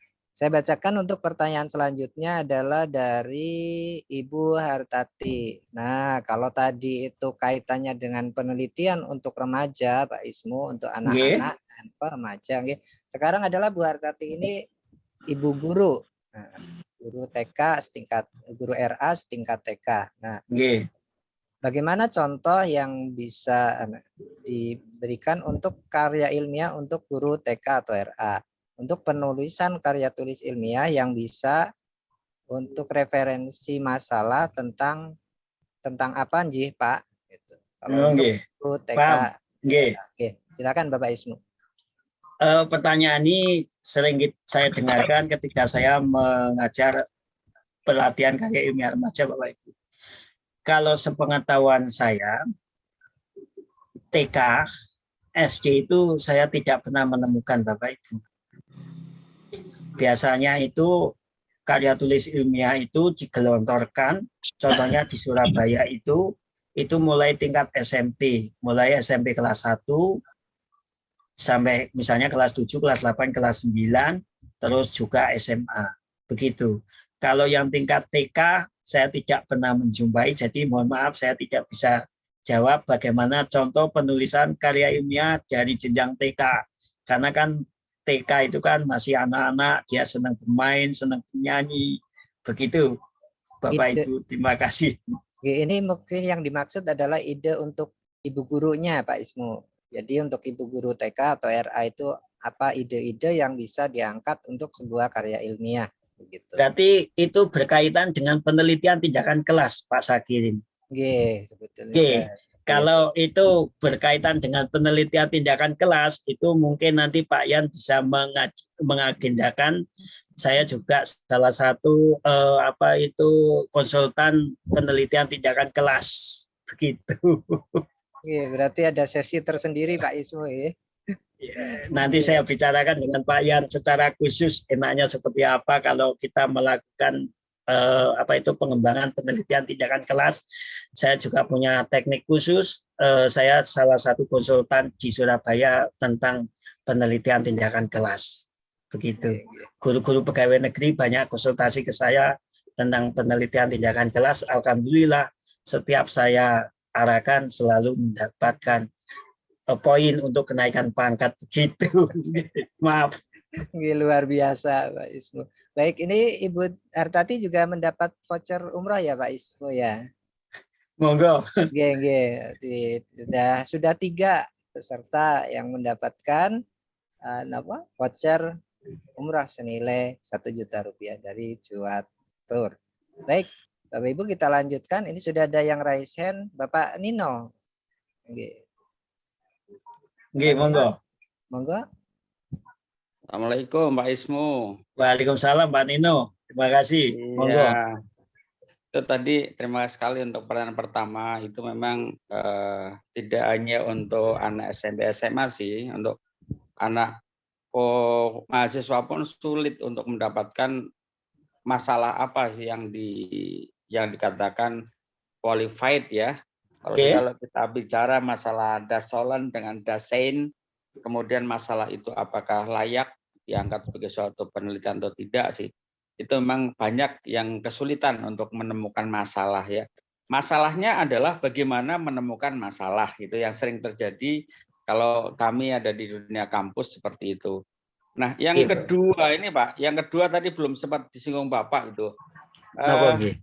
yang kedua itu bagaimana suatu penelitian itu dapat dikatakan tuntas dan berkualitas. Jadi kadang kalau kita melihat hasil karya atau suatu penelitian itu bagus, tetapi sebenarnya masih menggantung gitu kan. Kemudian tidak tuntas. Kemudian ada lagi apa namanya, sebenarnya tracknya atau role-nya bagus, tetapi apa namanya, linkingnya itu nggak nyambung gitu kan. Jadi yang saya pingin mendapatkan arahan dari Bapak itu bagaimana suatu penelitian itu dikatakan dia tuntas dan dia itu berkualitas. Kemudian yang ketiga, ini yang ketiga itu yang saya alami sendiri nih Pak. Bagaimana cara praktis untuk menemukan keterbaruan gitu kan. Jadi kalau Bapak tadi sampaikan di awal tuh ATM, amati, tiru dan modifikasi, seberapa persen ya yang dikatakan oh ini boleh dikatakan terbaru, atau dalam bahasa ilmiah ada yang mengatakan dari si turnitinnya itu berapa persen ya dikatakan oh ini layak untuk diangkat sebagai suatu penelitian. Nah, ini yang sering saya sendiri pun kesulitan. Ini novelty-nya apa ya yang menjadi apa namanya nilai tambah atau yang menjadi namanya ya apa namanya hal baru ya, yang kalau dalam dunia penelitian dikatakan keterbaruannya itu apa gitu.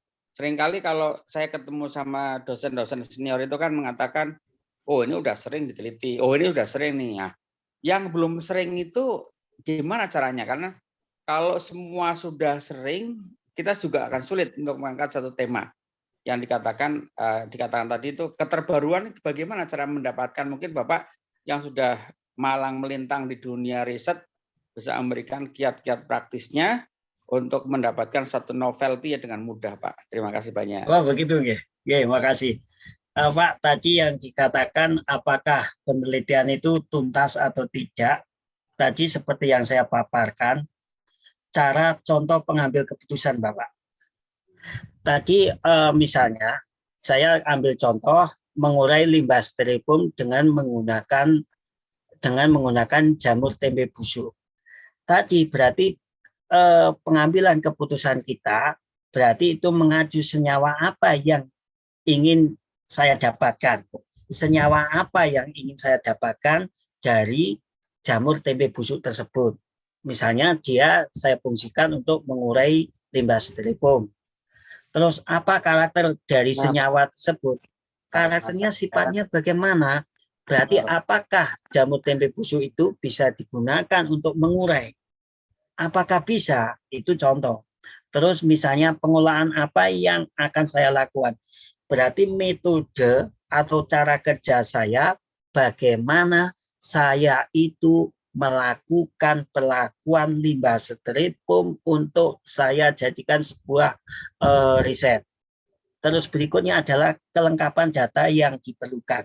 Berarti kalau berkaitan dengan kelengkapan data Bapak Nino, berarti ini kita harus kerjasama terhadap sebuah lembaga yang memang bisa menangani untuk menguji objek yang kita jadikan sebuah penelitian. Itu yang sebuah ketuntasan di dalam mengambil sebuah penelitian, berarti contoh cara pengambilan keputusan kita, Bapak Nino. Terus yang kedua, begini Bapak Ibu, biasanya kalau saya itu mengajarkan kepada anak didik, itu biasanya dia selalu saya suruh cari untuk judul. Contoh misalnya begitu. Misalnya judul apa? Misalnya ada pengurai limbah styrofoam, dia tidak menggunakan jamur misalnya. Dia menggunakan bahan X misalnya. Berarti murid ini yang unik apa? Saya pancing begitu. Selain miliknya ini. Maka saya mencari yang unik, misalnya jamur tempe. Terus dia browsing. Apakah pernah dilakukan penelitian serupa? Kalau misalnya browsing tidak ditemukan penelitian yang serupa, berarti hal tersebut merupakan hal yang baru, Pak Nino. Contoh misalnya, ketika saya mengajarkan tentang anak percepatan pembuatan tempe kedelai dengan menggunakan medan magnet. Biasanya begini Pak Nino, anak-anak itu coba kamu browsing percepatan pembuatan tempe, misalnya dia menggunakan alat, misalnya dia menggunakan jamur apa, menggunakan apa. Wah, coba kamu browsing, apakah ada judul yang dia menggunakan yang namanya kan medan magnet? Berarti ini adalah pelajaran fisika yang kita berusaha untuk kita arahkan menjadi sebuah penemuan yang baru. Oh, belum ada Pak Ismu. Ini coba kamu garap. Nanti bagaimana kita supaya mengetahui kandungan di tempatnya tempe tersebut.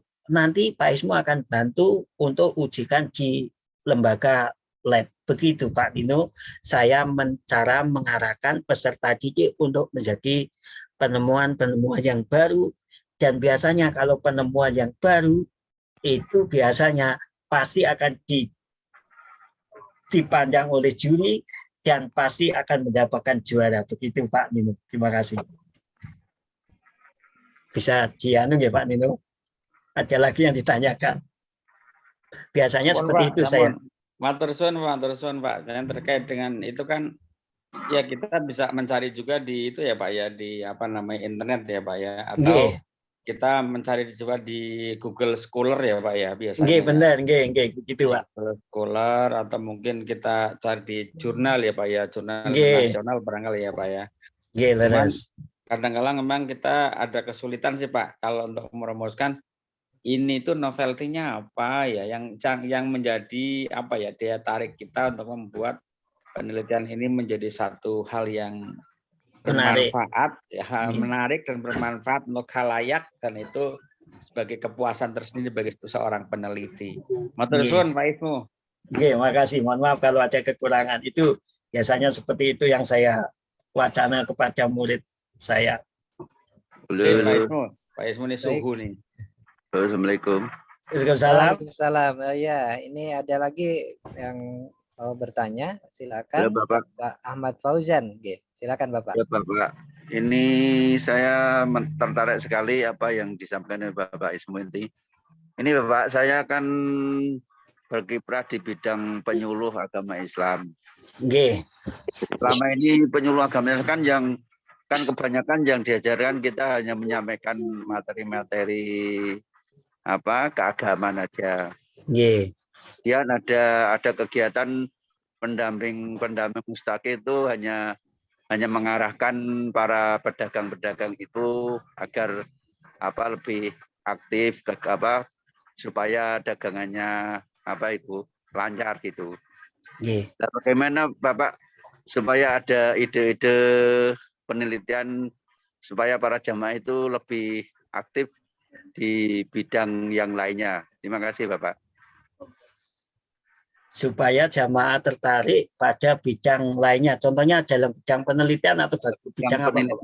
Bidang penelitian misalnya membuat kompos dan sebagainya gitu. Selama ini kan para penyuluh itu kan belum menjamah sampai situ Bapak. Berarti begini Bapak, maaf hanya sekedar sharing. Ya. Ini yang saya dapatkan dari senior saya Pak Gunawan Siswoyo. Itu biasanya untuk mengarahkan para para UKM atau para pengusaha itu untuk dia terjun ke dalam dunia misalnya penelitian, itu biasanya memanggil para senior untuk yang bisa mengarahkan hal tersebut Bapak. Contohnya misalnya dalam penanganan penanganan makanan yang bersih, misalnya menggunakan apa gitu. Misalnya contoh seorang pedagang bakso, dia diajarkan bagaimana cara pengawet bakso dengan menggunakan menggunakan kluwek misalnya. Baru kita tampilkan di situ, kita beri contoh. Kalau kita memberikan contoh kepada pedagang itu, maka dia akan melakukan hal tersebut.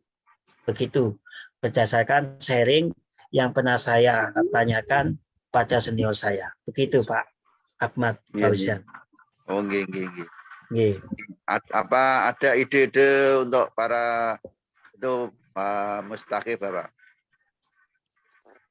Idenya kalau saya ya paling tidak Bapak harus menghadirkan orang yang berkompeten untuk menangani hal tersebut yang berkaitan, misalnya kalau dia berdagang ini cara pengawetannya, misalnya kalau minyak misalnya minyak supaya dia tidak timbul basi, maka ketika dia menggoreng harus misalnya supaya tidak timbul basi diberi yang namanya itu laos. Itu salah satu contoh, misalnya kita mengarahkan pedagang UKM yang bergerak untuk penggorengan seperti itu, Bapak. Misalnya. gitu. Ya, Contohnya ya. seperti itu. Jadi mereka biasanya timbul contoh yang konkret, dia akan melakukan seperti itu. Kalau tidak ada contoh, biasanya bapak-bapak atau ibu-ibu yang berkaitan dengan itu tidak melakukan begitu. Oke. Oke, Bapak, terima kasih. Mudah-mudahan bermanfaat. Amin. Amin. Monggo. Assalamualaikum. Salam.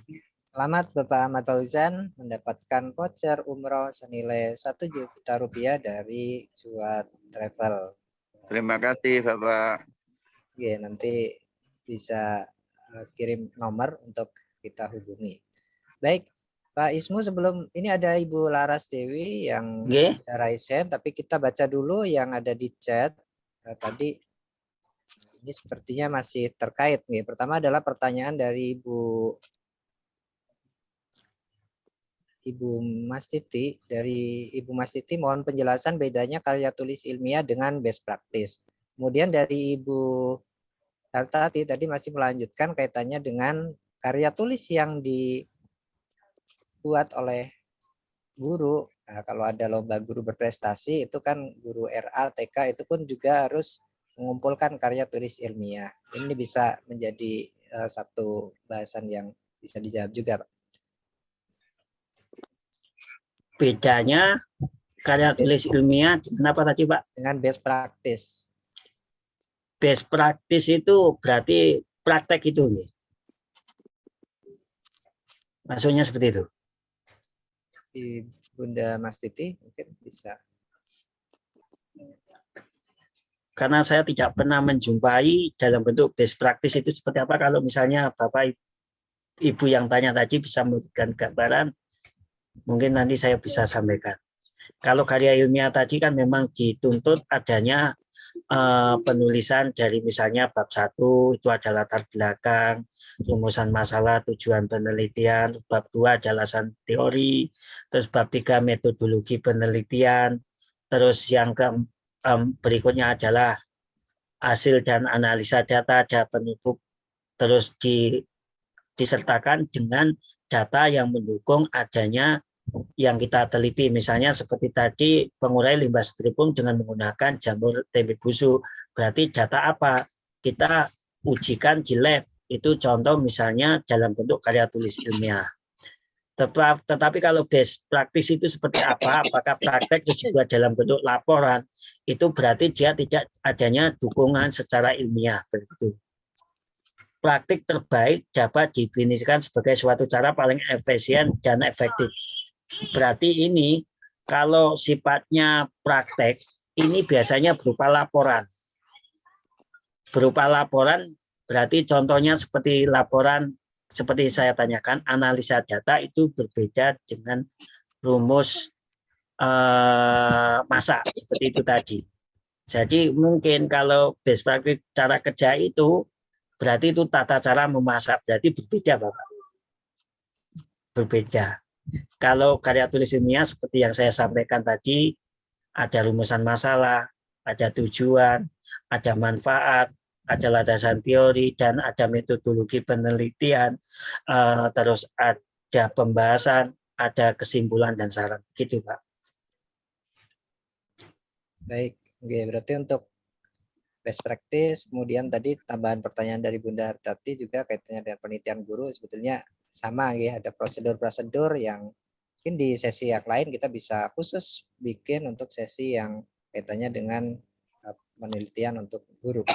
Baik, sudah ada yang raise hand, Ibu Ana, Bu Larasati, Bu Laras Dewi. Oke, Ibu Laras Dewi dulu, dipersilakan untuk buka mic-nya. Baik, terima kasih Pak. Saya izin bertanya ya Pak. Silakan. kira-kira adakah kiat-kiat untuk menghindari plagiarisme? Cara kita kan menulis, kadang dipublish itu kan suka dilihat banyak orang. Nah, cara kita untuk menghindari plagiarismenya itu gimana ya, Pak? Dan juga saya mau tanya satu lagi tentang saya tadi kan sempat dimention bahwa ada variabel bebas dan juga ada variabel terikat. Namun saya pernah dengar yang namanya ada variabel mediator dan moderator dalam penelitian. Nah, itu boleh dijelaskan bagaimana, Pak, dan apa perbedaannya? Terima kasih. Variabel mediator dan variabel apa tadi? Kalau tingkat moderator, Pak. Moderator, kalau tingkat SMP, SMA itu biasanya tidak mengenal yang namanya variabel moderator maupun yang sampaikan Mbak Laras Dewi tadi.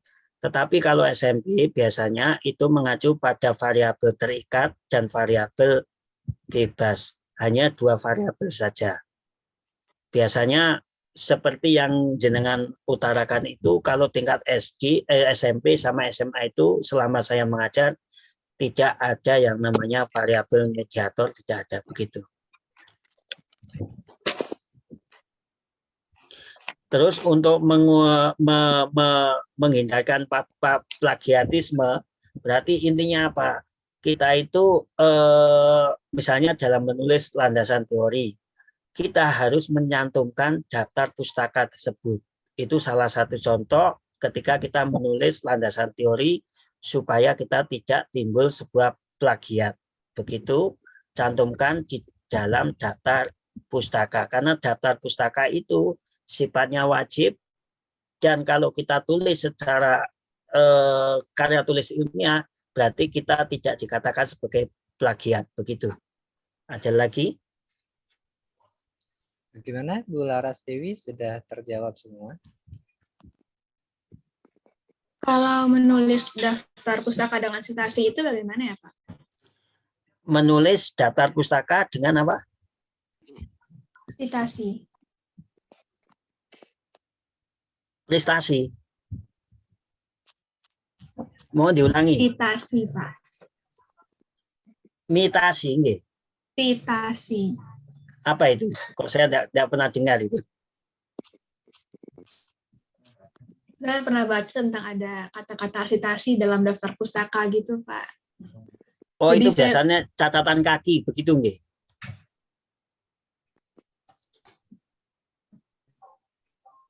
Kalau dalam penulisan daftar pustaka dulu yang saya tahu, itu biasanya catatan kaki. Catatan kaki itu biasanya sertakan nomor, diambil dari rujukan mana. Seperti itu, biasanya itu namanya catatan kaki. Itu bisa diletakkan di setiap halaman. Dan juga harus dicantumkan pada penulisan daftar pustaka yang terakhir. Gitu.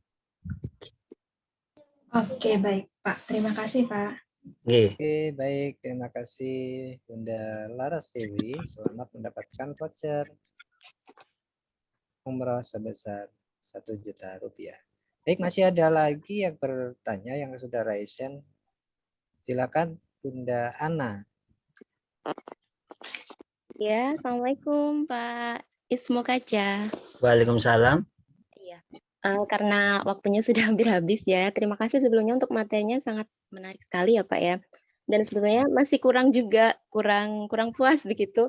Yang saya tanyakan adalah untuk berkaitan dengan best practice tadi ya Pak, meskipun mungkin besok kalau misalnya ada sesi yang lain gitu, apakah karya tulis nyata dengan best practice itu sama?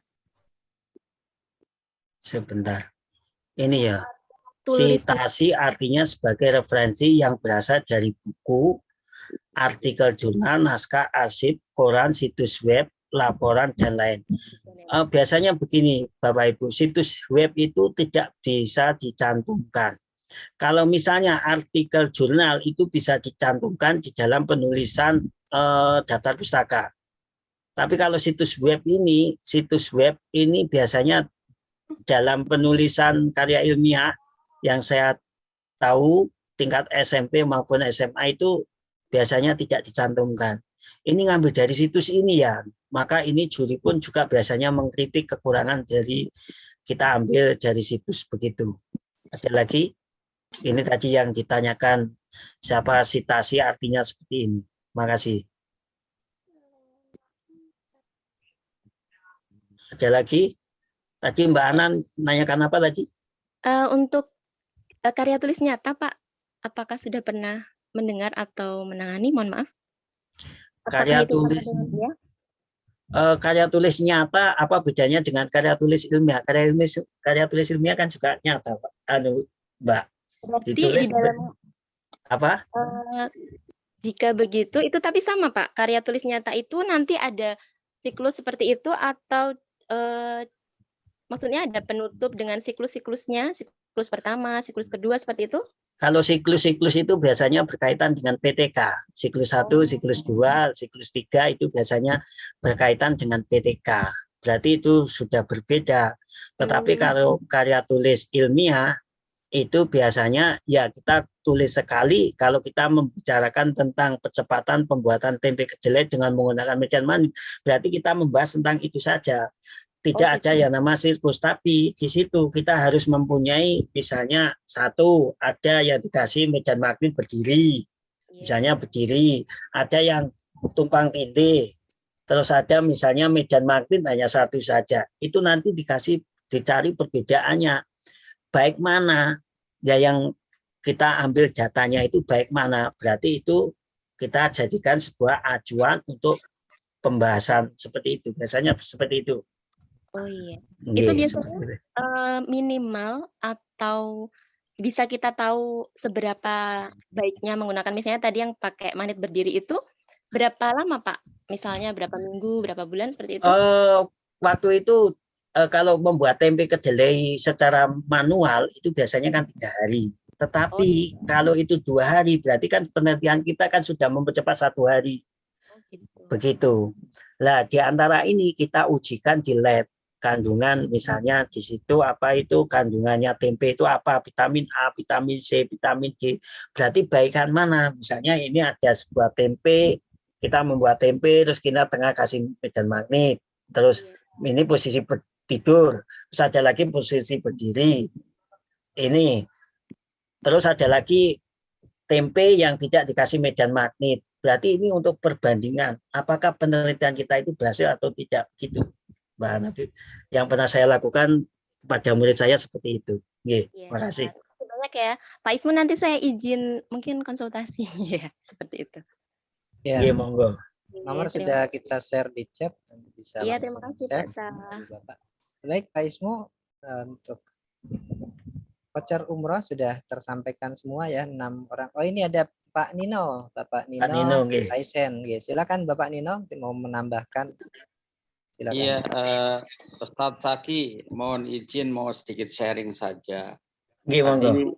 Tadi ada yang namanya variabel moderator, ada variabel mediator. Itu kita dapat temukan kalau itu di penelitian tingkat lanjut ya. Mungkin buat Bapak Ibu yang sempat baca-baca buku-buku riset tingkat lanjut atau buku riset luar negeri.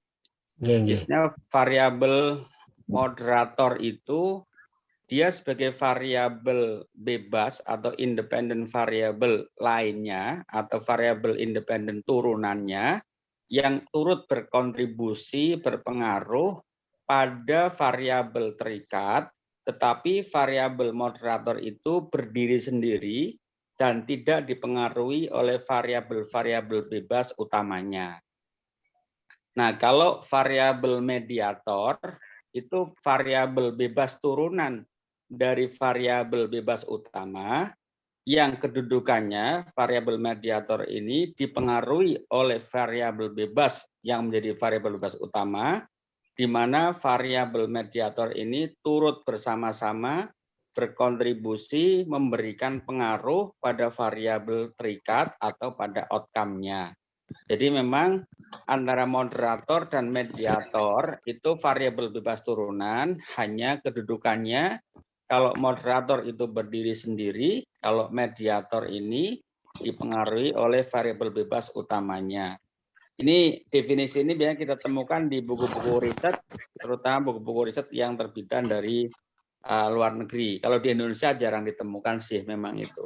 Mungkin ini sebagai apa namanya tambahan info saja untuk makasih, sharing Pak. tentang buku-buku riset tersebut. Matur nuwun Pak Ismu. Terima kasih Pak Nino. Saya tidak tahu tentang variabel tersebut karena yang saya tangani tingkat SMP, SMA. Begitu. Terima kasih atas sharing yang diberikan. Oke, terima kasih Bapak Nino. Baik, Bapak Ismu, sepertinya waktu sudah hampir jam 10. Kita cukupkan untuk sesi di malam hari ini dan alhamdulillah untuk voucher umroh senilai 1 juta rupiah sudah tersampaikan ke 6 penanya di malam hari ini. Pertama Bunda Teresia Lingga, yang kedua Bapak Nino, yang ketiga Ibu Hartati, yang keempat Ibu Mastiti, yang kelima Bapak Ahmad Fauzan, dan yang keenam Ibu Laras Dwi. Untuk acara selanjutnya adalah penutup. Sebelum penutup dari Bunda Pusna, masih ada yang mau disampaikan? Cukup. Cukup, terima kasih. Dari Pak Ian. Oke, dipersilakan Pak Ian. Oke, kayaknya cukup Ustadz Zaki. Jadi beberapa bahasan saya juga sambil ngikuti karena belum lama juga pas lagi nulis juga kebetulan. Jadi dari tadi diingatkan sama Kak Nino juga nih dari mulai variabel mediator dan lain-lain gitu. Terima kasih Pak, terima kasih. Oke, dari saya cukup, bisa dilanjutkan lagi. Silakan monggo Ustadz Zaki. Oke. Baik Bapak Ibu, kembali mengingatkan bagi yang belum isi link presensi bisa isi link yang sudah kami share di chat untuk mendapatkan sertifikat dan juga materi dan rekaman tentunya. Juga Bapak Ibu yang hendak bergabung di PTPI, Perkumpulan Trainer Profesional Indonesia, bisa juga bergabung di link grup WA yang sudah kami share. Untuk acara terakhir adalah penutup. Mari kita tutup sesi hari ini, Cuat Corner edisi hari malam hari ini dengan tema teknik menulis karya ilmiah, karya tulis ilmiah yang kita bahas bersama. Mari kita tutup dengan membaca hamdalah. Alhamdulillahirabbil alamin. Saya Sakirin. Selamat untuk Bapak Ibu di malam hari ini dan wassalamualaikum warahmatullahi wabarakatuh. Waalaikumsalam warahmatullahi wabarakatuh.